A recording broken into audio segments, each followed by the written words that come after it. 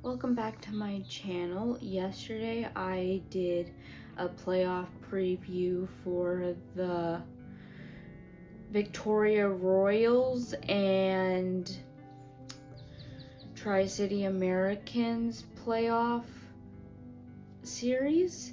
I talked about how I think that's gonna go. And so today we move on to the series that me personally, I'm probably going to be following the closest, which is the Spokane Chiefs and the Vancouver Giants. Reason for me watching this one so close is because the Giants are kind of my team. They're the ones that I follow heavily and closely. So, as I've done in the past two playoff previews, I'm gonna be breaking down each team, so how they did in the season, how their stars did, and say how that could or could not impact the series as a whole. Then I'm gonna go into their season series. So they played 4 games against each other, and I'm gonna talk about how those 4 games went. Then I'm gonna give my final prediction for how I think the whole series is going to end up. So first I'm gonna talk about the Spokane Chiefs.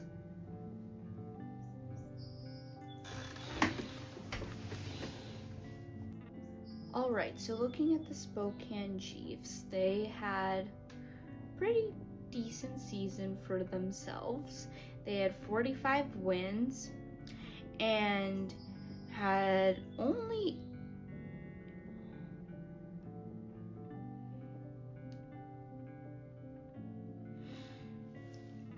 So looking at the Spokane Chiefs, they definitely had a pretty good season.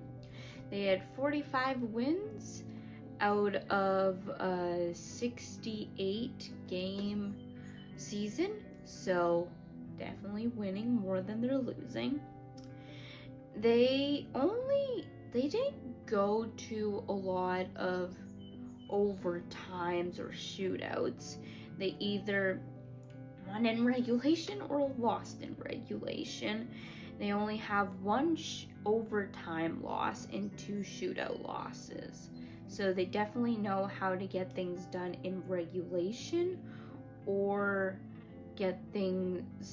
not get things done in regulation. They had 292 goals for, so almost 300. And then they had 202 goals against. So that is a pretty big gap. And when you look at the stars on their team, it is not that hard to know why. In the middle of the season, Spokane made a little trade for themselves. They acquired Andrew Crystal, who probably the best decision they made all season, considering the fact that he became their top leader in points for their whole season. Crystal had 132 points in just 57 games, which, if my math is correct, that is well over 2 points a game. And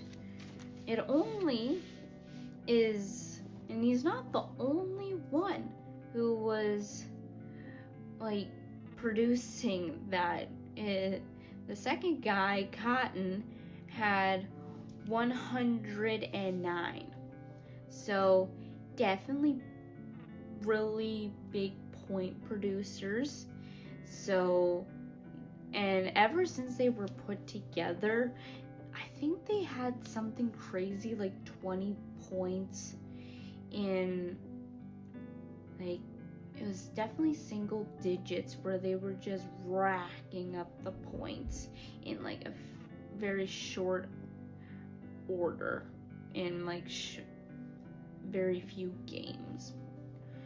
So their third star, or their like behind those two, is Shea Van Olm, who had 92 points, which, once again, a lot of points.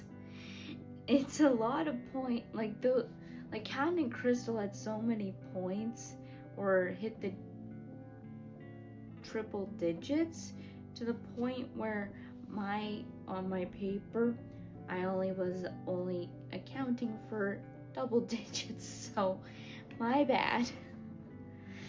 But if we look at their goalie, in Dawson Cowan, not to be mistaken for Easton Cowan in the OHL, he played 51 games. So for sure, their starter. He had a goals against average of 2.67, save percentage of .905. So if you watched my other videos, you would know that is pretty good. And 34 wins. So I've said this before, doing a whole lot more winning than losing on this team. And yeah, they just, ever since they got, like, they were mediocre, or not mediocre, but they were pretty good. But then when they got Crystal, who, by the way, is Canadian, he was World Juniors age, but he was passed up on. So definitely some people in Hockey Canada being like, why didn't we get this guy? Anyway, yeah, so that is what their season was like. I'm now going to jump into the Giants, and I'm gonna see if I can make it as short and sweet as I can, because I could talk about that team forever. Alright, so talking about the team that I probably know the most about out of any junior team, the Vancouver Giants. They had inconsistent season, to say the least. They would have like stretches of winning a lot, and then they would have stretches of them not doing so great. They ended the season with 34 wins, so yeah, they won exactly half of their games. They had 26 regulation losses and 8 overtime losses.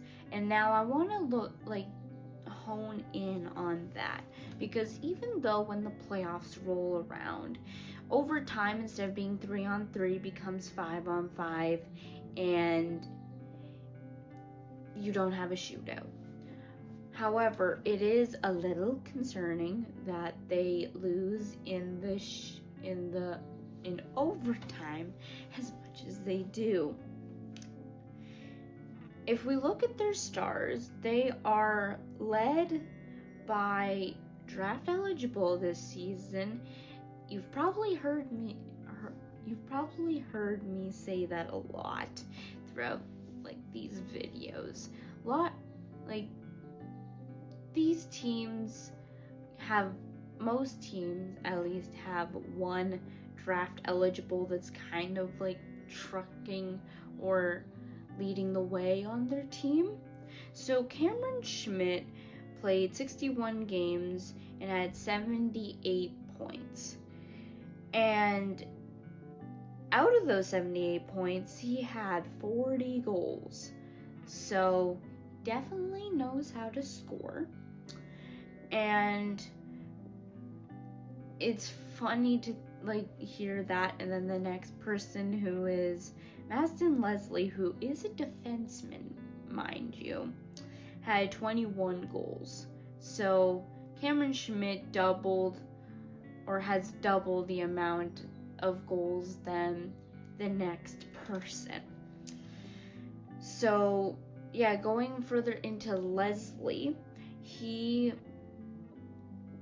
had 66 games played this season with 72 points in total, which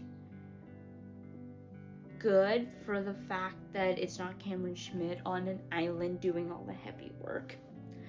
And then you have Haliburton, who, and mind you, Leslie and the next guy I'm going to talk about, Haliburton, aren't drafted compared to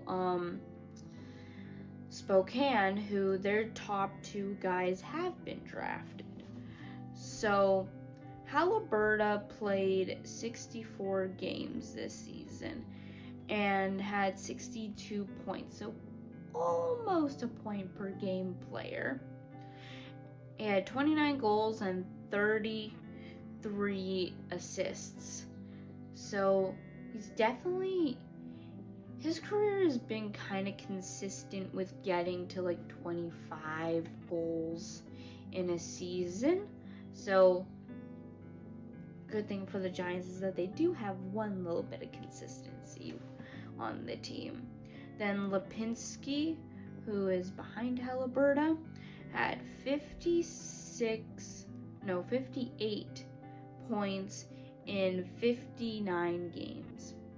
Now, Lipinski is an overager, and thing is that he was drafted by the Flames, and everyone kind of was expecting to not see him this year and think that he was just going to be moving on and being in Calgary's AHL team.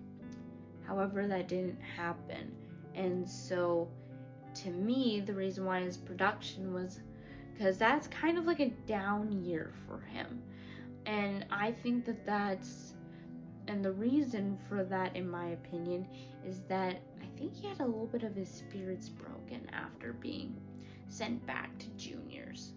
So yeah, if he can, I think he's just been working through that the whole year, so hopefully all that is gone by, I guess, tomorrow, because the playoffs start tomorrow.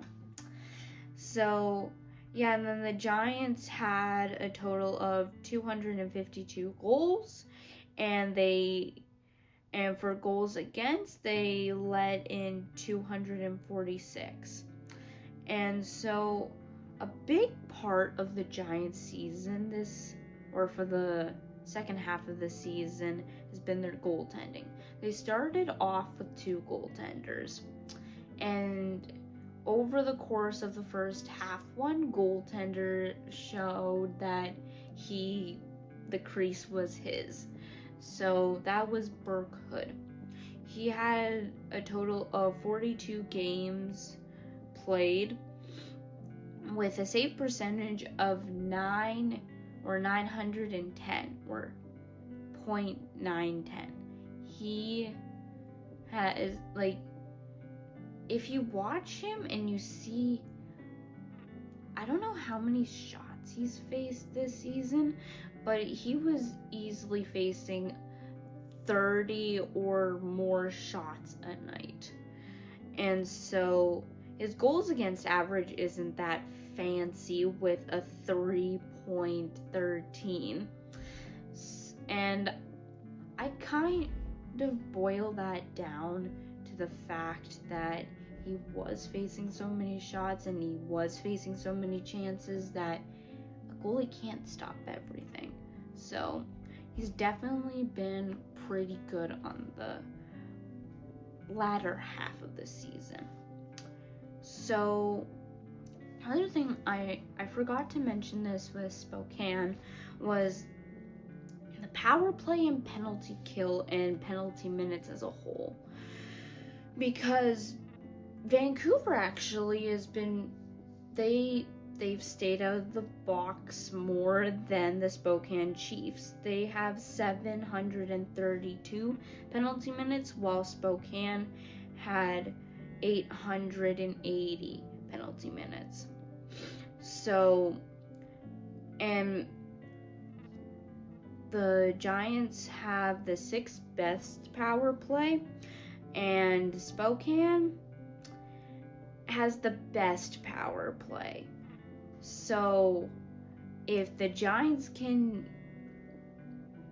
stay out of the penalty box, that would probably be best.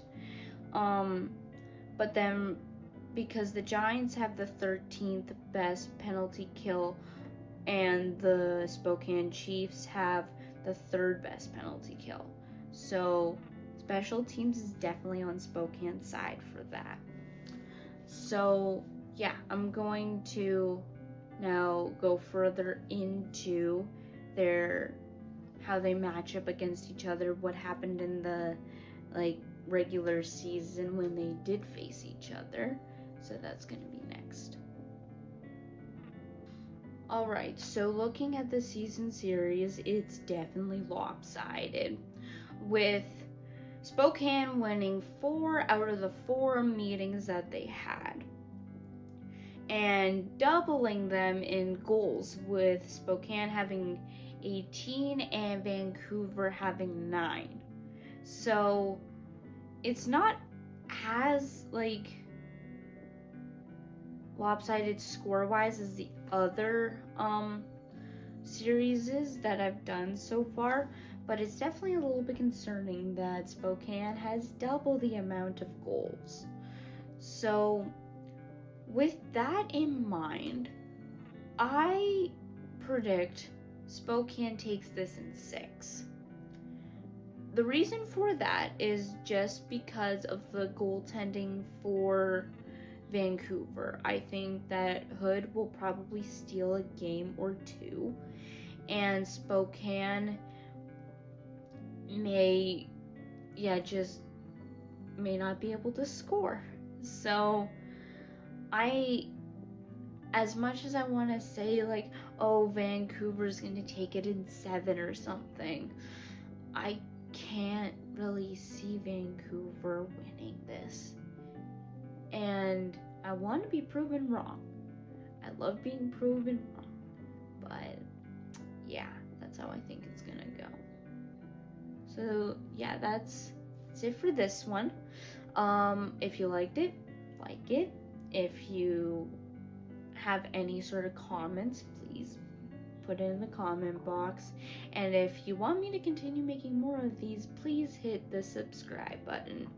So yeah, thank you, and I'll see you tomorrow with the last preview before playoffs start at 6 o'clock or something like that tomorrow. So yeah, I'll see you guys tomorrow.